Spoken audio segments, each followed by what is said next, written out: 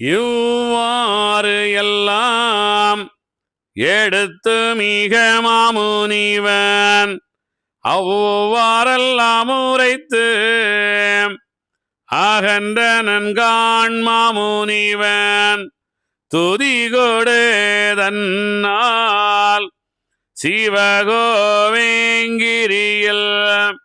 பாதிய சிவமும் பதியென்றாரப்போது நந்தீஸ்வரரும் நாட்டினார உரையை இந்த பழமொழி போல் இசைந்த பூவி மகிமை தட்சிணாபூமி சிவபூமி நல்லதுதான் மிச்சம்யாக முன்மொழிந்ததும் இதுவே ஆனதினால் இப்பூமி ஆகும் தவசிருக்க கோனாகுமரி குடியிருக்கும் இந்நகரு சங்கு துறைமுகத்து சதாகோடி அற்புதங்கள் எங்கும் மகிழ இயல்பு பெற்றது இந்நகரு மங்கை பதிநகரு மணவை பதிநகரு கங்கை குலநகரு கண்ணாளர் தன்னகரு பஞ்சவர்கள் 5 பார்மன்னர் தன்னகரு சஞ்சீவி தன்னகரு தவத்தோர்கூறு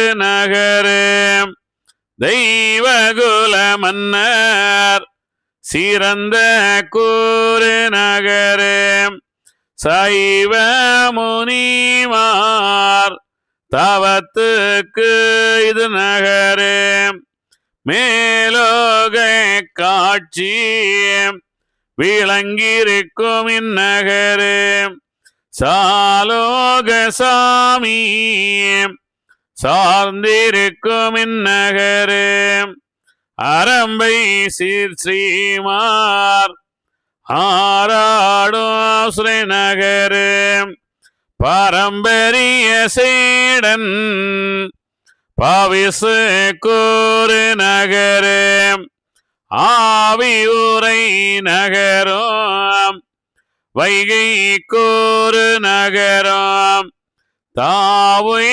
குலாவும் சந்தபட்சீதன் நகரு செல்லவெளி நல் தல்ல கான் தட்சிணாபூமி வளம் நல்லதிந்த நாடு நமக்குகந்த நன்னாடு பசுவும் புலியும் பாவித்தது இந்நகரு கசுவோம் எந்நேரம் கரைபுரளும் நன்னாடு அந்நாடு நாடு அறநாட்டுக்கு ஒப்பிடலாம் பொன்னாடு நாடு புரந்தர நாட்டுக்கு ஈடாம் தவம் பெற்றோர் வாழ்ந்த தன்மை கூறு நாடு பவமற்றோராகி பாவித்த திருநாடு நல்ல மலை வளரும் நாஞ்சீவள நாடு செல்லுரிசியான சிறந்த கூறு நாடு ஒரு நாடும் இந்நாட்டுக்கு ஒவ்வாது உத்தமரே திருநாடு ஈசர் தினமுறையும் நன்னாடு தீராத வினையை தீர்த்தருக்கும் இந்நாடு நீராளமான நீராதனம் இந்நாடு சம்பத்து கேட்ட சகல கூறு நாடு இன்பம் வளரும் இசைந்த கூறு நாடு ஆதியில் ஒரு முனிவன் அடவில் தவசிருக்க நீதியறியவென்று நிமலனும் தேவியுமாய் காராவும் கண்டது போல் கரை கண்டர் வேஷமிட்டு பற்றாமை பார்க்க பாரில் மீகமேந்து அந்த முனி அடுக்கல் அந்தீரா போயடைந்தார் சித்தனருளால் சீறி ஒரு கடுவாய் பசுவதையும் கண்டதையும் பார்த்து மனமகிழ்ந்து இசுவாகவே வந்தீது இறையாம் நமக்கெனவே என்று கடுவாய் இயல்பசுவின் கண்டதையும் செத்தின்று விடவென்று சென்று பீடித்திடவே அப்போ பசுவும் அந்த மூனி அடுக்கல் இப்போது என் கண்டை இந்த கடுவாய் வேடிக்கு மாமுனியே நீயோ வந்து ஒரு சத்தமிட்டால் தான் பயந்து கடுவாய் தன்னாலோதுங்கிவிடும் வந்து சொல்லாலும் மாமுனியே இங்கிருந்து உந்தி தொனியால் ஒரு சத்தாங்குரினையால் என் பிள்ளை எந்தனுக்கு இப்போது உதவுமென்றார் உன்னுள்ளமும் ஏத்து உடையோன்பதம் பெறுவாய் என்று பசுவும் ஈதுரைக்க மாமுனிவன் ஒன்று முறையாடாது உள்ளம் கவிழ்ந்திருந்தான் கடுவாயும் கண்டு அதை கையிலயங்கீரிதனிலே வெகுவாக கொண்டு விட்டது காணம் மானி பசுவும் வனமடைந்து பார்முனிவன் காணாமல் விசுவாசமாக மேலோகம் சேர்ந்ததுவே பின்னும் சில நாள் கழித்து போர் முனிவன் சிந்தையிலே முன்னோ பசுமுறையால் முகுந்தன் பதம் காணாமல் இத்தோசம் கழிக்க இன்னும் சில நாள் வரைக்கும் சித்தத்தோடொத்த தட்சணாபூமி வந்தான் இறந்து குடித்து இத்தவமே புரிந்தால் பரந்தணியும் வேதன் பாதமடையலாமெனவே உத்தரித்து மாமுனிவன் ஒரு நொடியிலே இறங்கி திருப்தியுடனேகி தட்சணாவோ பூமி வந்தான் வந்து இறந்து வருஷம் ஒன்று ஆனதென்பேன் முந்தி நின்ற காவல் பூவந்து தவசு நின்று பரமன் பாதார பவிசு மீக அடைந்து வரமருள வேறு பெற்று வந்திருந்தாரம்மானே. அப்படி தோசம் அகன்று அறம் வளரும் உற்பனம் போலத்த உகந்த தட்சணாபதியே.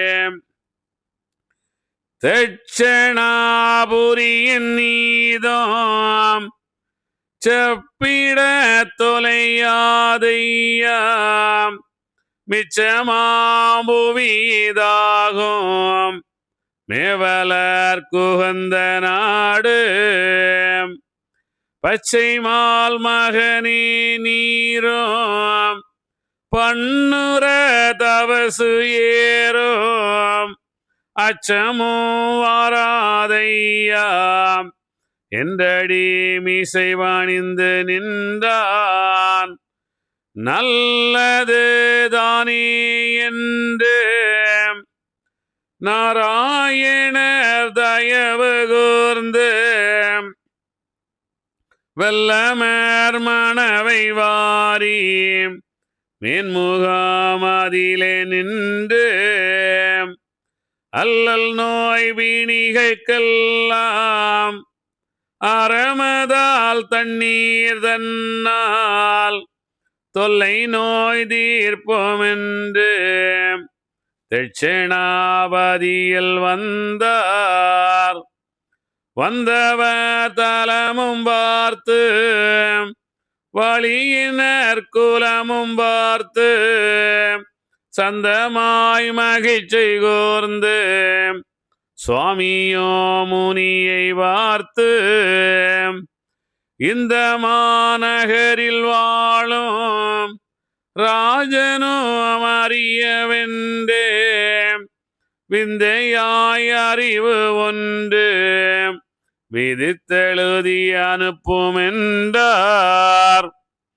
வாலை ராமச்சந்திர சூரிய நாராயணதானே வைகுண்டமாய் தோன்றி தர்மம் நிச்சிச்சு காணிக்கை கைகூலி காவடி என்று திருச்சம்பதி முதல் வேண்டாம் அவசியமில்லை என்று நிறுத்தலாக்கியே யுகம் சோதித்து ஒரு குடைக்குள் ஆள 1008ஆம் ஆண்டு மாசியில் கடற்கரையாண்டி நாராயணம் பண்டாரமன நாமமங்கோரி எளிய கோலமன பாவிச்சு தட்சணம் பள்ளி கொண்டிருந்து தர்மமாக தாரணியோர்க்கும் தண்ணீரினாலே சஞ்சல நோய் கர்மம் வருமம் வாதை கோதை பயங்களையும் பிறவி நாசத்தையும் பொய்வினை சஞ்சாரமும் பீடை கோடை வாதை தீர்க்கவும் பிள்ளை இல்லாதவருக்கு பிள்ளை கொடுக்கவும் கண்ணில்லாதவருக்கு கண் கொடுக்கவும் தனமில்லாதவருக்கு தனம் கொடுக்கவும் சாம்ப சதாசிவசாமி மூவரும் சற்குணமாகியே தன்னாலொரு வேஷமாகி சமைந்து சாதி உயர்கொண்ட சக்தி மாதர் வழியிலே சகலகுண நாராயண தீரசம்பந்தர் சாதி வைகுண்டமாய் பிறந்திருக்கிறார். நன்றாய் தெரியுமே. ஆனதினால் பூமியிலே அடிபிடி அநியாயம் இறைத்தண்டம் கைகோலி அவகாடம் பொய்புரட்டு அவர் செவியில் கேட்க ஒண்ணாதென்றும் மகாகோடி தர்ம பாக்கியசாலியாய் பூமியிலே அதிகபாயாய் விரித்து அவர் அருகர் சூழ அலங்கார தர்மமணியாய் நிறுத்தி அந்தர வீடு லலாடம் திறந்து அதன் வழியாய் அறநடனம் திருநடனம் ஆடல் வாடல் அங்கனே கண்ணோக்கி சகலரும் பார்த்தாராய்ந்திருப்பதால் அவரவர் நினைவில் இருக்கின்றதெல்லாம் அவருக்கு தெரியாமல் இருக்கின்றதல்லவே. அது கண்டு பதறி யாரானாலும் அவரிட்டிருக்கிற சட்டன் போல் நடந்து கொள்வாராகவும் அங்கனே நடக்கில் என்று வரிகள் அவர் நிச்சயித்திருக்கிற தேதியில் நடக்கும்படியே வரும் அன்பராகிய மனுக்களுக்கு அனுகூலம் 1008ஆம் ஆண்டு மாசியில் தட்சணம் பள்ளி கொண்ட ஐயா நாராயண ஐயா வைகுண்டமாய் தர்மம் நிச்சயிச்சு எழுதின அறியவென்று மாமுனி எழுதி அவனி அறியும்படி அயச்சான். ஆயுது அல்லாமல் ஐயா நாராயண ஐயா தர்மம் நித்திச்சு தவசிருக்கிறபடியினாலே இன்று முதல் அவர் நித்திருக்கிற நாள் வரைக்கும் பூசை புனஸ்காரம் சேவித்தல் அர்ச்சனை ஆராட்டு நீராடு தீபரதனை சாந்தி காளாஞ்சி கைவிளக்கு, காவடி, காணிக்கை, திருமுகூர்த்தம், கோபுர முகூர்த்தம், திருநாள் முகூர்த்தம், குறவை குழாங்கூட்டம், கொலு ஆபரபாரம், ஆயுதம், அம்பு, அச்சநடை, ஆனநடை, அலங்காரம், மஞ்சனை, குளிநீராடல், இது முதலுள்ள நன்மை சுபசோபனம் வரையும் அவர் நிச்சயித்த நாள் வரைக்கும் அவருக்கானதல்லவே. அதனால் நீங்கள் இதுவெல்லாம் இது நாள் வரைக்கும் வீணில் செலவிடாமலும் விருதாவில் நரைகள் விழாமல் இருக்க கடவுளினது நாராயண வைகுண்டசாமி திருவாக்கு உபதேசத்த கருணையினால் மாமுனி எழுதிய வாசகம் இந்த விவரமெல்லாம் எழுதியே உலகில் விட்டு நன்றிந்த ஆச்சை வெள்ளி நற்கதிருதிக்கும் வேளை பண்டிந்த மூலம் தன்னில் பஞ்சமி நேரம் தன்னில் குண்டத்தின் அரசு கோமான் குவலையும் அதிலே வந்தார். எவ்வளவு பெரிய விஷயம் பார்த்தீங்களா? அதாவது இதான் ஒரு ஞானத்துக்கும் அஞ்ஞானத்துக்கும் உள்ள வித்தியாசம். என்ன அப்படின்னா, அங்கே கலியன் தான் அதெல்லாம் கொண்டு வந்தான். நட்சத்திரத்தை 12 ஆக்கினான். அதாவது எல்லாம் நிறைய இல்லை நல்ல இது என்னமோ பக்கம் 15 பார்வையிடம் 12 அதெல்லாம் யார் ஆக்கினார் அப்படின்னா கலியன். கலியன் தான் இந்த 4 நட்சத்திரத்தில் இதெல்லாம் செய்ய வேண்டும், இது செய்யக்கூடாது என்று வச்சிருக்கின்றான். நமக்கெல்லாம் எந்த 4 நட்சத்திரம் வேண்டாம், ஏன்னா நம்ம எல்லாம் தவம் ஏற்றியவர்கள் அப்படின்னு சொல்லிட்டு வந்துட்டு இங்கே பஞ்சமி நேரத்தில் அங்கே அவர் தவம் ஏற்றினார் அப்படின்னு அரிகோபலஸ்தர் அவரையே தெரியாமல் அவரே எழுதிட்டார் இல்லையா? இதான் நிறைய விஷயங்கள் நம்ம தெரிஞ்சுக்கணும். இன்னொன்றுன்னா, அதாவது இங்கே ஒரு விஷயம் சொல்லுகின்றார். என்ன அப்படின்னா, இதெல்லாம் நமக்கு இந்த விஷயம் எல்லாம் ரொம்ப முக்கியமானது. அதாவது என்னென்னா, அங்கே ஒரு ஒரு முனிவர் தவம் ஏற்றி கொண்டிருக்கின்றார். அங்கே ஒரு பசுவும் கன்றும் மேய்ந்து கொண்டிருக்கின்றது. இது சும்மா அந்த கதையில் ஈஸ்வரன் ஈஸ்வரன் எல்லாம் சொல்கிறாங்க. எல்லாருமே ஈஸ்வரன் ஈஸ்வரி தான். எல்லாருமே எல்லா உடலும் உயிரும் ஈஸ்வரன் தான். அந்த உடல் ஈஸ்வரி தான். இதில் மாற்றமே இல்லை. ஈஸ்வரன் அவங்க மேய்ந்து கொண்டிருக்கும் போது அங்கே ஒரு புலி அந்த அந்த அந்த மாட்டின் பசுவின் கன்றை பிடிக்கின்றது. அப்போ அந்த பசு ஓடி அந்த முனிவர் தவம் ஏற்றி கொண்டிருக்கிறார் அருகில். அவரிடம் சொல்லுகின்றார், நீர் இது அந்த கடுவாயை விரட்டும் அப்படின்னு சொல்லுகின்றது கேட்கின்றது. அவர் அமைதியாக அந்த தவத்தில் இருக்கின்றார். அப்புறம் அதை மீண்டும் என்ன செய்த ஓடி போய் திருப்பி சொல்லுகின்றது, நீர் வரலைனாலும் பரவாயில்லை, எழுந்து ஒரு சத்தமாவது போடும், அது பயந்து ஓடிவிடும், அந்த இது மனித சத்தம் கேட்டால் அது ஓடிவிடும் அப்படின்னு சொல்லுகின்றது. அவர் தன்னுடைய தவம் கலைந்து விடும் என்று அப்படியே அமர்ந்திருக்கின்றார். அந்த பசு அந்த கடுவாய் அதாவது அந்த புலி அந்த கன்றை கொண்டு சென்று விடுகின்றது. அப்படி அவருடைய தவமும் கலைந்து விட்டது. அவர் இங்கே இந்த தட்சிணாபூமியிலிருந்து தவம் ஏற்றி மீண்டும் இறந்து குடித்து தவம் ஏற்றி அவர் மேலே வந்தார் அப்படின்னு எல்லாம் சொல்றாங்க.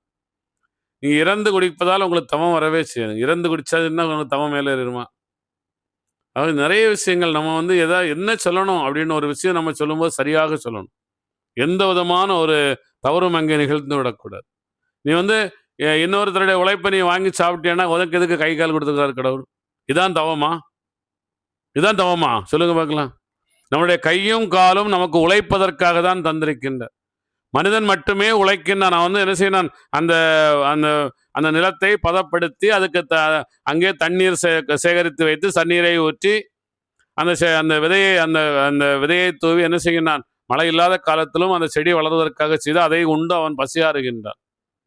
அவ்வளோ அற்புதமான அந்த விஷயம் யாருக்கு? அந்த மனிதனுக்குத்தான். வேற எந்த ஒரு மிருகம் யாருக்குமே இல்லை. கடவுளால கூட முடியாது. எல்லாரும் இந்த மனிதன் என்ன செய்யறான், அதனாலதான் அவன் அதை படைப்பதால் அவன் கடவுள் ஆகின்றான். அவன் அந்த செடி கொடைகளை படைக்கின்றான். அதான் உண்மை. அதை படைத்து அவன் என்ன செய்யறான், கடவுள் ஆகின்றான். படைக்கின்ற பிரம்மாவாக அவன் மாறுகின்றான். அவன் அப்படித்தான் நாம் என்ன செய்யணும், உண்ண வேண்டும். அங்கே அட்சய பாத்திரம் வரும்னு சொல்லிட்டு கண்ணனுக்கு ஒரு கதையை சொல்லி கொண்டு வந்துட்டாங்க. அட்சய பாத்திரம், அந்த உணவு எங்கேருந்து வரும்? நீ இந்த உலகத்தில் விவசாயம் பண்ணி அந்த நெல்லை எடுக்காம உனக்கு அந்த பாத்திரத்தில் தன்னாலே அரிசி வந்துடுமா, சாப்பாடு வந்துடுமா? இதெல்லாம் ஒரு தவறுதலான நிறைய விஷயங்கள். அது நம்முடைய ஆன்மீகம் என்பது என்ன, அகநிலை என்பது என்ன, இறைவன் என்பது யார், அதை சொல்வதற்காக தான் ஐயா இத்தனை பாடுபடுகின்ற. அந்த அங்கே கண்ணபிரான் எப்படி அந்த நீ வந்து மழை பெய்வதற்கு நீ இந்திரனுக்கும் சந்திரனுக்கும் எவனுக்கும் நீ பூஜை போட வேண்டாம். இந்த மலைகளை அந்த கோவர்த்தன மலையில் நிற்கின்ற அந்த மரங்களால் தான் மழை பொழிகின்றது. அதை நீங்கள் கௌரியுங்கள், அதான் முக்கியமானது அப்படின்னு சொல்லிட்டு சொல்லுகின்ற. அப்போ வந்து அது அப்பவுமே எத்தனை 1000 ஆண்டுகளுக்கு முன்னாடி. ஆனால் இன்னைக்கு என்ன செய்கிறாங்க, அங்கே சூரியனுக்குன்னு படையல் போடுறோம், பொங்கல் வைக்கிறோம். இதெல்லாம் நாம் கண்டிப்பாக நமக்கு வந்து நிறைய அந்த நம்மளுடைய எல்லாரும் என்ன செய்கிறார்கள், நம்மளே அந்த அந்த அந்த 6 அறிவை கொண்டு வர சொல்லி எவ்வளவோ பாடுபடுத்துகின்றார்கள். எவ்வளவோ நம்மளை வந்து என்ன செய்கிறார்கள், அதுக்கு வாங்கள் வாருங்கள் என்று சொல்லி நம்ம என்ன செய்கிறோம்? அப்படி இல்லை. இன்னும் நீங்கள் தட்சணாபு இவ்வளவு தூரம் சொல்கிறாரு தட்சணத்தை பற்றி.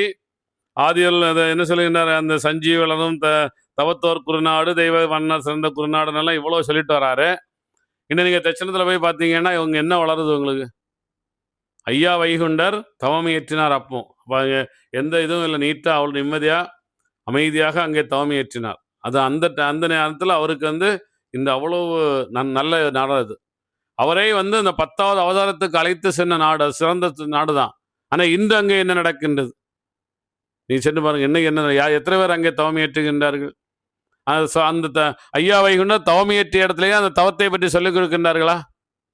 நீங்கள் பார்த்தீங்கன்னா அந்த அது என்ன, இவர் நிறைய ஞானிகளை எல்லாம் சொல்லுவாங்க. அந்த அவங்க எல்லாம் என்னென்னா அந்த மாலையை வந்து சுற்றிட்டே இருந்து தான் அவருடைய உயிர் போச்சு. அப்போ அவர் மந்திரமலையை தான் கடைந்து கொண்டிருந்தார். அதுக்கப்புறம் எத்தனை நிலைகள் இருக்கின்றது, அதையெல்லாம் தாண்டி இங்கே வருகின்றார் ஐயா வைகுண்டர். அப்போ அவருடைய அந்த இது இருக்கிற இடம் எவ்வளோ அற்புதமாக இருக்கணும் இல்லையா? உண்மையே இல்லையா? ஆனால் என்ன செய்கின்றார்கள், அங்கே அந்த அஞ்ஞானத்தை முழுவதுமாக கொண்டு வந்துட்டாங்க. அங்கே ஒருத்தர் கொடை பிடிச்சிட்டு போகிறாரு. அங்கே நான் அது என்ன தர்மப்பால் வைக்க போகிறாங்க, அவர் கொடை பிடிக்கிறது ஒரு ஆளுக்கு கூட போகிறாங்க அங்கே. அதாவது இது எவ்வளோ ஒருத்தர் அர்த்தம் இல்லாமல் ஒரு அர்த்தமற்ற செயலை செய்து கொண்டிருக்கின்றார்கள். உண்மையே இல்லையா? நான் இங்கே சொல்லுங்க காணிக்கு, அதாவது வந்து ஐயா வைகுண்டர், நீங்கள் ஐயா இந்த அகநிலையில் நீங்கள் செல்ல வேண்டும் என்றால் காவடி, கைக்கூலி, காணிக்கை இதெல்லாம் எதுவுமே, திருநாள், அந்த தேரோட்டம் இதெல்லாம் எதுவுமே ஆகாது. அதுக்கப்புறம் இருக்குமோ ஒரு வேளை, அதாவது இது வந்து ஒரு தப்பான ஒரு விஷயம். அதுக்கப்புறம் ஒரு ஆள் ஐயா வைகுண்டர் தான் தவம் ஏற்றி எல்லாம் முடிச்சதுக்கப்புறம் அவரை தேரில் வாரத்தில் தூக்கிட்டு போனாருன்னு தான் நம்ம எல்லாரும் சொல்கிறாங்க. அப்படியா? இல்லை, கிடையவே செய்யாது. ஐயா வைகுண்டர் வாழ்ந்த காலம் வரைக்கும் அவரை யாரும் பாகரத்துலேயும் தூக்கிட்டு போகல, தேர்லையும் எடுத்துகிட்டு போகல. எல்லாம் அதுக்கப்புறம் அந்த அஞ்ஞானத்தில் தான் தென்மேனி சார்ந்தவங்க கீழானவங்க கொண்டு வந்தது. அது வந்து என்னென்னா அந்த அதெல்லாம் நமக்கு அர்த்தம் இல்லாது. தேர் திருவிழா எதுவுமே அங்கே இது அவசியம் இல்லை. அங்கே வந்து எப்படி சுவாமி தோப்பு எப்படி இருக்க வேண்டும் தெரியுமா? ஒரு பெரிய அகண்ட ஒரு பெரிய ஒரு ஒரு பதி அப்படின்னா ஒரு ஹால் போல இருக்கணும், அவ்வளோதான். அங்கே வந்து அந்த நடுவில் வந்து ஐயா வைகுண்டரடி அந்த அவரை 10வது அவதாரம் கொண்டு சென்ற அந்த புண்ணிய உடல் இருக்கின்ற அந்த இடம் நடுவாக இருக்கணும். நம்ம எல்லாம் சுற்றி அமர்ந்து என்ன செய்ய வேண்டும்? நாம் பிரார்த்தனை செய்து கொண்டு வெளியே வரணும். தியானம் செய்து தவம் செய்து பிரார்த்தனை செய்து கொண்டு வெளியே வர இடமா இருக்கணும். இன்னைக்கு ஃபுல்லாக அங்கே மாலையாக கொண்டு போடுறாங்க, அங்கே கொலையாக போயிட்டே இருக்கிறது. அந்த அரிசிக்கு பஞ்சமையில் அங்கே அரிசியாக கொண்டு இறக்குறாங்க எல்லாம். அதான் ஐயா வழி. இதான் ஐயா சொன்னார், அதான் தட்சணா பூமி. இதெல்லாம் நம்ம கண்டிப்பாக ரொம்ப நிறைய விஷயங்கள் நம்ம சொல்லும்போது நிறைய ஒரு கோபம் வருது. உண்மை என்ன புரிந்து கொள்ளுங்கள். ஐயா வைகுண்டர் சொன்னது முழுவதுமாக அகஞானம். நீங்கள் இதே போல் பண்ணுங்களேன். ஏன் இப்போ இந்த வேதாத்திரி மகரிஷியோட ஆசிரமம் போய் பாருங்க. அந்த ஆள் அவளுடைய உடல் அங்கே தான் அடக்க வேண்டியது. நான் அவர்கிட்ட நேரடியாக பேசியிருக்கிறேன். அங்கே எப்படி நடக்குது அங்கே போய் பாருங்க. ஐயா வைகுண்டரோட எப்படி நடக்குது பாருங்க. பழைய அந்த ஹிந்து தர்மத்து பேய் வழிபாடு போல ஆகிப்போச்சு. அங்கே பால் வைக்கிறது, கொண்டு போய் வைக்கிறது, கொண்டு வர்றது, மணியை அடிக்கிறது, அங்கேருந்து ஒருத்தர் கொடையை பிடிச்சிட்டு போகிறது. இது என்னது? இதாக வந்து ஐயா வைகுண்டர் தந்த இதா சொல்லுங்க. எவ்வளோ ஒரு அர்த்தமற்ற ஒரு வேலைகளை நாம் செய்து கொண்டிருக்கின்றோம் பாருங்க இல்லையா? எண்ணெய் காணிக்க வாங்காதுங்கன்னு ஐயா சொல்கிறார். எண்ணெய் காசுன்னு நீங்கள் காணிக்க வாங்குறீங்க. காவடி தூக்காதீங்கன்னு சொல்கிறார். அங்கே வாகனத்தை தூக்குறீங்க காவடின்னு. தேரெல்லாம் வேண்டாம், விழாக்கு திருவிழாவே வேண்டான்றார். அங்கே நித்தம் திருவிழான்னு நடத்துகிறீங்க. இதுவா வாழ்க்கை? ஐயா இதுங்க சாட்டினீட்டல் நீங்கள் படிங்க. எங்கேயாவது ஐயா சொல்லியிருக்கிறாரா தன்லேஸ்வரத்தில்? இப்படி நான் வந்து தேரில் வந்தேன், நான் வந்து வாகனத்தில் வந்தேன்னு சொன்னாரா? சொல்லியிருக்கிறாரா எங்கேயாவது சொல்லுங்கள். இதெல்லாம் நம்ம வந்து நாம் என்ன செய்யணும்? மீண்டும் இதுக்கு நம்ம பழைய பாருங்கள். நீங்கள் ஒன்றும் வேண்டாம், அது ஒரு தேர் ஓடுது, நீங்கள் தேர் ஓடுறீங்க, அங்கே அந்த தேரில் இருக்கிறது யார்? அப்போ ஐயா எங்கே இருக்கிறார்? இதெல்லாம் நாம் சிந்தனை பண்ணி சரியாக வாழ்வோம். அப்போ தான் ஐயா நமக்கு சரியான வாழ்க்கையை தருவார், அந்த பக்குவத்தை நமக்கு தருவார். நாம் எத்தனை ஜென்மங்களோ நம்ம இந்த மனிதனாக வந்து செத்து பிறந்து ஐயா வழியில் அற்புதமான ஒரு நல்ல ஒரு இடத்துக்கு நாம் வந்திருக்கின்றோம். அவன் ஐயா சொன்ன அந்த கருத்தை நாம் சரியாக கொண்டு செல்ல வேண்டாமா? சரியாக கொண்டு சென்று நாம் உயர வேண்டாமா? அப்படியே அஞ்ஞானத்திலே மூழ்கி கிடப்பதா? இல்லை, இதை நம்ம நிறைய விஷயங்கள் கண்டிப்பாக தெரிஞ்சுக்கணும். ஐயா இங்கே தவம் ஏற்றுகின்றார், அதை இங்கே சொல்லி அந்த அந்த அரசனுக்கு சொல்லி அனுப்புங்க. இதெல்லாம் ரொம்ப தப்புங்க. இங்கே பாருங்க, அதாவது நான் நோய் பிடித்த பிள்ளை இல்லாதவருக்கு பிள்ளையை கொடுக்கவும், கண் இல்லாதவருக்கு கண், இதெல்லாம் ரொம்ப தவறான விஷயங்க. ஐயா சொன்னாரா நான் கண் இல்லாதவருக்கு கண்ணு கொடுக்குறேன்னு சொன்னாரா? அதாவது இது என்னன்னா, இது எழுதினவர்களுடைய மிஸ்டேக். இது அங்கே அவர் வந்தாங்க, எல்லாரும் வந்தாங்க. அவர்களுக்கு அந்த கர்மா தீருகின்ற இடம் அது. அவர்கள் வந்தார்கள், ஐயா வைகின்றார், மண்ணும் தண்ணீரை தான் தந்தார்.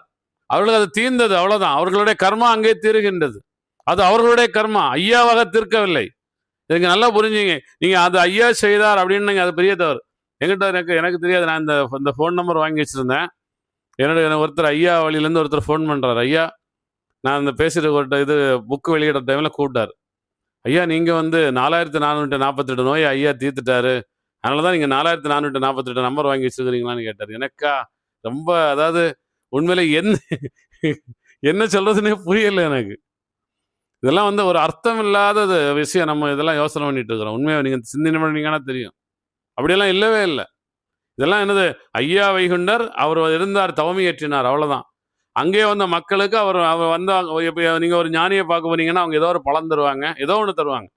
ஞானிகள் அவருக்கு நீங்க யாராவது ஒன்றும் வேண்டாம், நீங்க ஒரு வீட்டுக்கு இப்போ நீங்க விருந்தினராக போங்க, நீங்க கிளம்பும்போது அவங்க ஏதோ ஒன்று கொடுப்பாங்க, சாப்பிட கொடுப்பாங்க, இல்லை கையில் கொடுப்பாங்க, ஏதோ ஒன்று. அதான் நம்முடைய ஒரு உபசாரம் அப்படின்னு சொல்ல, நம்மள தமிழோட உபசாரம். அதே போல ஐயாவை பார்க்க மக்கள் சென்றார்கள்.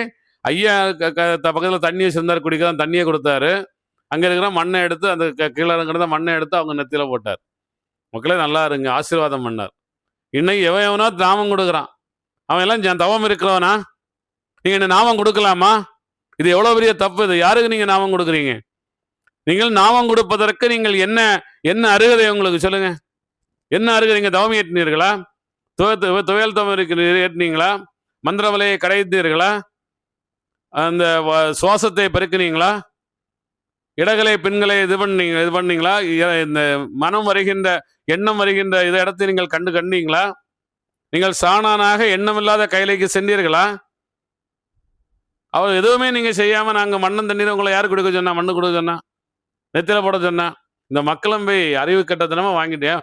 என் மனைவியும் கூட போய் சொல்லுவாங்க, எல்லாரும் குழந்தைங்களுக்கு. நான் ஒன்றும் செய்ய முடியாது இல்லையா? நான் என்ன சொல்ல முடியும்? நம்ம தான் அப்படி வாழலாம், அவங்களும் நம்ம சொல்றதுக்கு முடியாது யாராலையுமே. இதான் உண்மை. இதான் நீங்க இதெல்லாம் தெளிவா புரிஞ்சுங்க. இதெல்லாம் இல்லை, அவசியம் இல்லை. தலையில கட்ட சொன்னார் ஐயா. தலையில அன்னைக்கு சொன்னார், மக்களே நம்மளும் அரசன் தான் கட்ட சொன்னார். இன்னும் நம்ம எல்லாருமே அரசன் தானே. தலையில கட்டினாதான் ஐயா வழிகாரன், நாமம் போட்டாதான் ஐயா வழிகாரன். நாமம் இந்த உடல் இந்த மண்ணுடன் மண்ணாவது என்பதுதான், அது சின்னம் தான். இதெல்லாம் நீங்க கண்டிப்பா தெரிஞ்சுங்க. அதனால இந்த மூட நம்பிக்கைகளை எல்லாம் தூக்கி வீசிருங்க. முதல்ல மூட நம்பிக்கைலாம் தூக்கிட்டு, இறைவன் என்பவர் யார்? தூணிலும் துரும்பிலும் எங்கும் எதிலும் எல்லா உயிரிலும் இருக்கின்ற இறைவன் எனக்குள்ளால் இருக்கின்றார் இல்லையா? அப்ப நான் இறைவன் அதான் நம்ம வாழ்க்கையில் வேணும். எல்லாம் தூக்கிவிட்டு என்ன செய்யறாரு? இங்க என்ன ஐயா வைகுண்டர் தவமேற்று செல்கின்றார். அவர் இனிமேல் வரதெல்லாம் உண்மையை இங்கே சொல்லிட்டு வருகிறார். நம்ம தெளிவா பார்ப்போம்.